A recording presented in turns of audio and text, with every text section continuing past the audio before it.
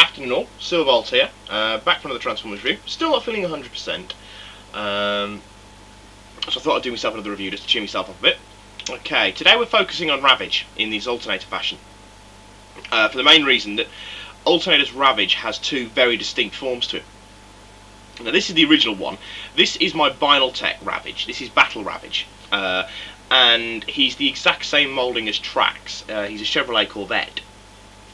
Now Ravage looks identical to Trax aside from the colour scheme and obviously the head mould is very different, which is why I purposely keep the two missiles that are shoulder mount, well, that are over the shoulders of Trax behind his back, so as to have some differential between them.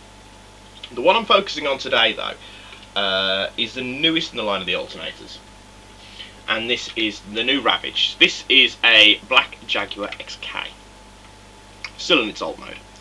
Now, Ravage is a very, very popular G1 character. Well, he's a very, very popular Transformers character. He's been in it from the beginning, pretty much.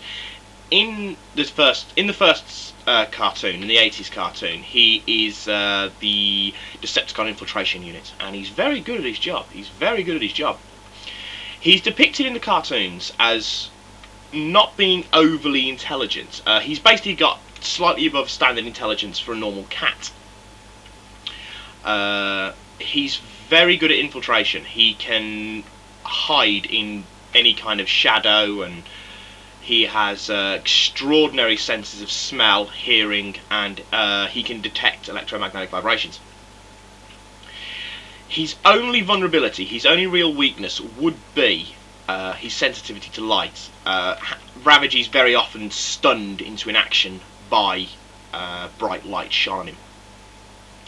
In the comics, he's slightly different. He's a lot more intelligent, and he's a lot more devious. And Ravage has quite a good few storylines throughout the comics. He's very prominent in the early UK comics when he teams up with Windcharger to fight Auntie, who is the Autobots' defense computer aboard the Ark. That's very early on in the comics. That's when they were still looking like their toy counterparts, instead of actually looking like their cartoon counterparts. Ravage again comes into in Energon, but he's one of the, I think they're called Terracons, where basically they're just clones of each other who steal Energon. And they only seem to have one tactic: show up in such overwhelming numbers you can't possibly shoot them all. And Ravage in them doesn't really have any main distinction. He doesn't really have any character.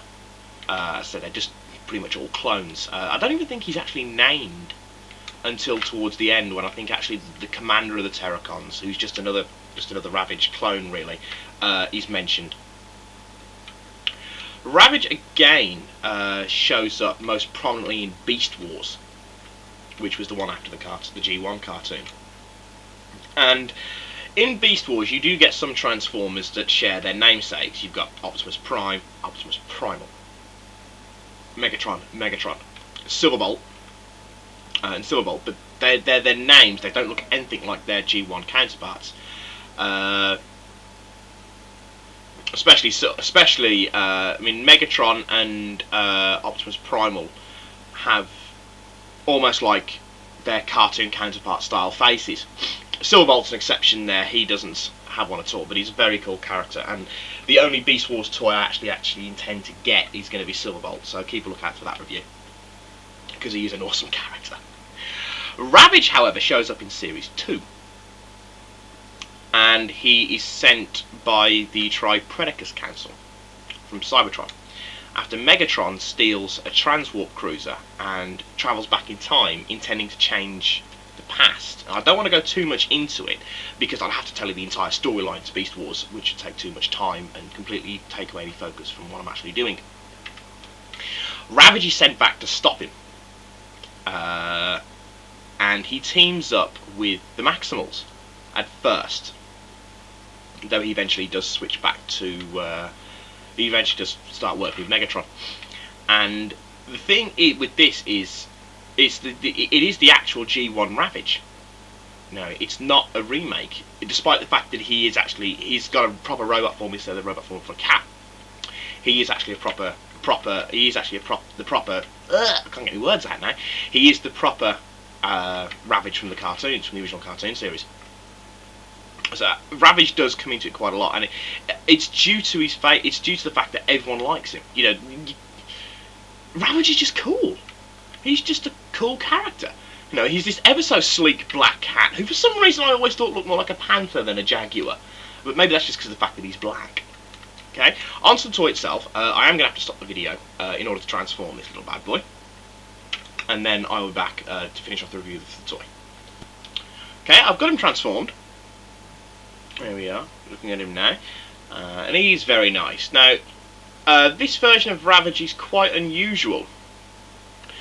Not so much in his design or anything, but in the fact that it had been said by Hasbro and Takara that there weren't going to be any more alternators until after the movie. Obviously they're focusing on the toy line for that, sorry. But I think what's happened where this is concerned, and the reason they've released Ravage like this, is because of Ravage's popularity as a character, there was a lot of outcry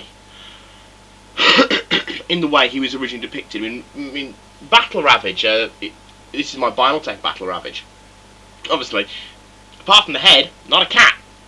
So I think that they've done this they've released it like this, as in homage to the fans, and he's very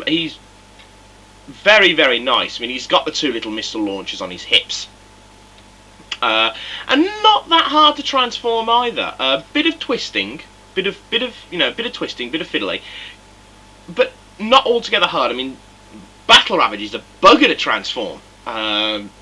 Wheeljack's a bugger to transform. This one's not too bad. Not as easy as, say, Swindle or Rollbar is to transform. But definitely not the worst of the alternatives I've come across. And as you can see, very obviously, very distinctively a cat. Going back to his Jaguar format. And very nice. Gotta say, he is very nice. The only complaint I could say I actually have is the middle bit. This middle bit of white, trying to do this without crushing him or making him fall over, is this bit along here. It looks very thin and skeletal. It's almost like he's got no meat on him. You know what I mean? I mean, I know it's very strange thing to say for a robot with meat, but that's the only complaint I can say about this. I mean, a lot of the time when some companies do appeasement toys, they come out quite shoddy, like they haven't been marketed, like they haven't been built properly. But obviously, because the car companies endorse these toys, so Jaguar has endorsed this Ravage toy. It's got to look good. And I particularly like the head. I think the head's very nice, and it's very G1 inspired Ravage, with red eyes and everything. And it does look very, very nice. Almost Predaconish. Almost G1 Predaconish. The head almost reminds me more of someone from Series 3 more than the Series 1 Ravage. But still, on that note, it even has a tail. Very spindly little tail, but a tail. Very nice toy, very nice toy. I picked mine up in Arcus for 20 quid. Maybe you can pick him up cheaper elsewhere. I don't know, but well, eBay's worth a look. So it's 20 quid, so it's about 40 American dollars. But still, very nice toy. Obviously the missiles don't fire or anything like that. Or do they? Hang on, give them a tug. No, they don't. But still very nice. As I said, only fault-wise I can think of is the middle bit here. But he'll be displayed prominently. I think he'll look quite good going with my Decepticon team. Which at the moment, the only Decepticon in the Alternator range I'm missing is Decepticharge. But anyway, that's it. So, I shall see you again shortly. I haven't forgotten any of the reviews, and I will get round to them at some point in time. But for now, this is Silverbolt with Ravage, saying, well, and Ravage, signing off, saying adios, au revoir, auf Wiedersehen.